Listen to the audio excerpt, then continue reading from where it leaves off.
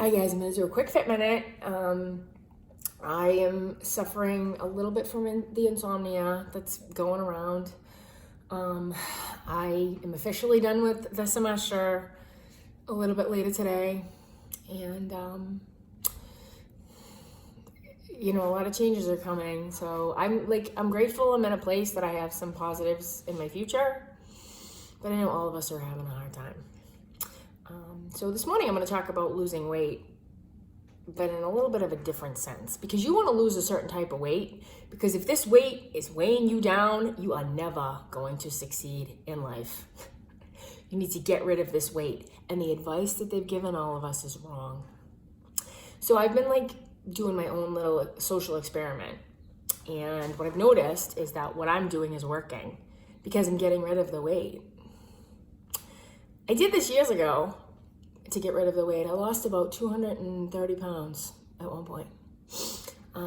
When I was married, my ex-husband was just about to punch me in the face. I was in the middle of something and he started an argument and I was like, he's gonna punch me. So I told him, I told him my truth and we broke up. So I lost 250 pounds right there. He's still kind of hanging around a little bit because I can never, some people you just can't get rid of. So a little while ago, I saw something homophobic, and I was really taken aback because the person that posted it is a seemingly intelligent person, but he's a provocateur. He's somebody who likes to cause the suffering of others to engage in some sort of a toxic exchange. He's an instigator. I know many of us don't like those people. It's awful. I hate instigators. It's so gross. Because what they do is they come in and they cause all sorts of trouble. And then you react like a normal human being and you get labeled as various disordered adjectives. Crazy or you get over it, or there's nothing worse than when I'm going about my day and somebody brings something up that's inappropriate and I'm you violated my boundary. And they say things to me get over it. I'm wow. First of all, you're not in my,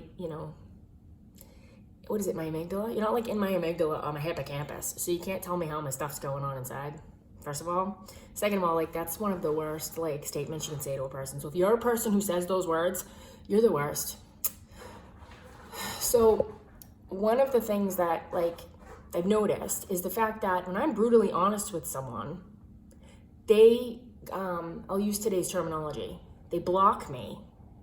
They ghost me.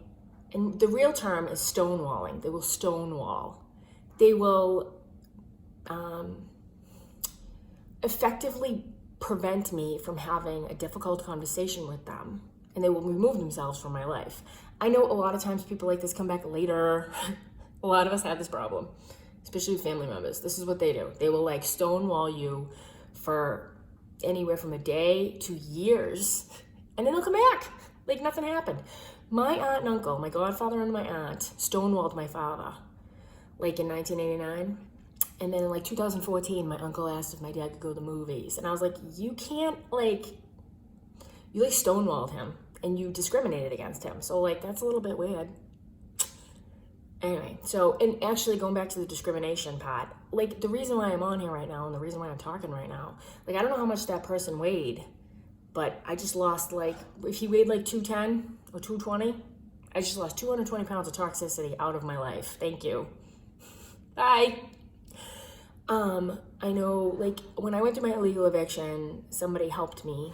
This person from Quincy, he was a provocateur too, really provocative. And I was confused by him because he was a bait and switch. He was very, very very sexually explicit with me in a way that expressed something, but then very cruel. And I was oh my God, what is this guy doing? And every single time I was oh boy, I think I got to get away from this person. He would come right back and send me awful correspondences. So I did what I had to do, and he blocked me. There's a sex meme of me floating around on the internet now, and the person that took that did something that I didn't really consent to, and he blocked me. I have had that a lot. People do really awful things and they block you. Which just means that, like, you just lost whatever, like, weight that you're carrying from that person. Because if you carry that weight with you, you will not be able to be the successful person that you need to be. That's all. That's all there is to that. So I don't know what this homophobe is doing. The person that just blocked me is a homophobe. So I'm like, yikes. Because if you engage in behavior, if you promote images of homophobia, you're a homophobe. If your behavior falls under the heading of an action that is discriminatory, you are that. So if you put out a racist meme, you're a racist. If you put out a sexist meme, you're a sexist. If you mock a disabled reporter because he criticized you, you're an ableist. That's what that is. I'm not down with that. I got a 12-year-old son. I got to promote like positivity, kindness, mindfulness, compassion, acceptance. One of my closest friends lives in Canada because he can't live at home in his home country because he has a disability. Most of my life I spent as the daughter of a person with a major disability. My father had MS. I have PTSD, which is like, an injury inside my heart. I had something happen recently that exacerbated my PTSD. And I said I couldn't go somewhere. I haven't gone somewhere in like a week because something exacerbated my PTSD. And I told someone I couldn't go, and they said, that's your choice. And I said, if I broke my leg and I couldn't get up the stairs, would you say that's a choice? Something to think about. All right, I'm gonna go off and exercise and think about the fact that, like, one of the major things that works for me is getting people out of my life by brutal honesty and labeling. Someone says something homophobic, and you call them a homophobe, that's what it is, and they'll leave you. Someone says something and does something that's wrong, and you call them out, and they, like, minimize it or say it's a joke. I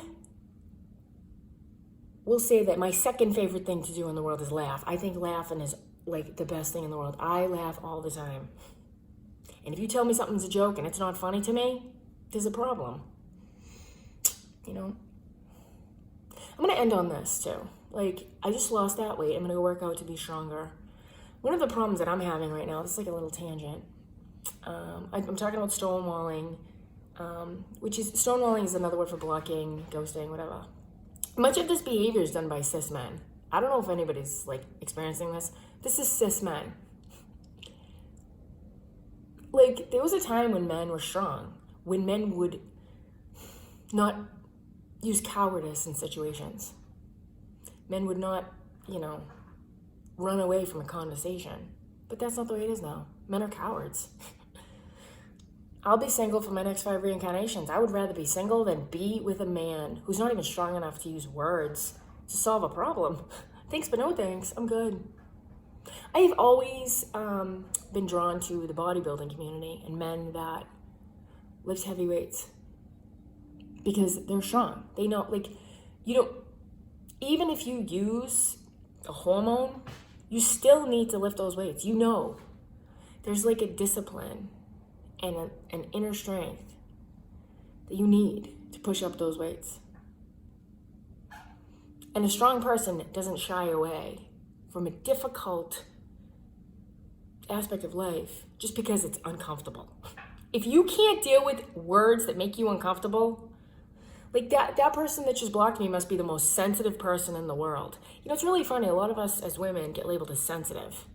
If someone can't have a conversation with you, they are hypersensitive. They're not sensitive, they're hypersensitive, uber sensitive.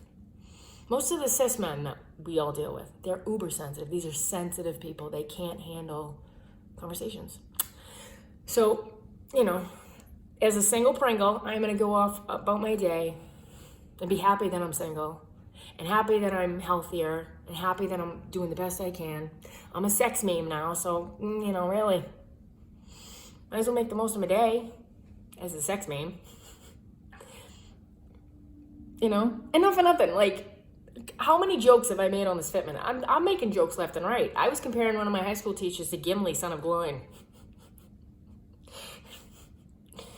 You know? I don't know. My son thinks I'm funny. Whatever. Have a great day, you guys. Compassion, loving kindness, mindfulness, radical acceptance.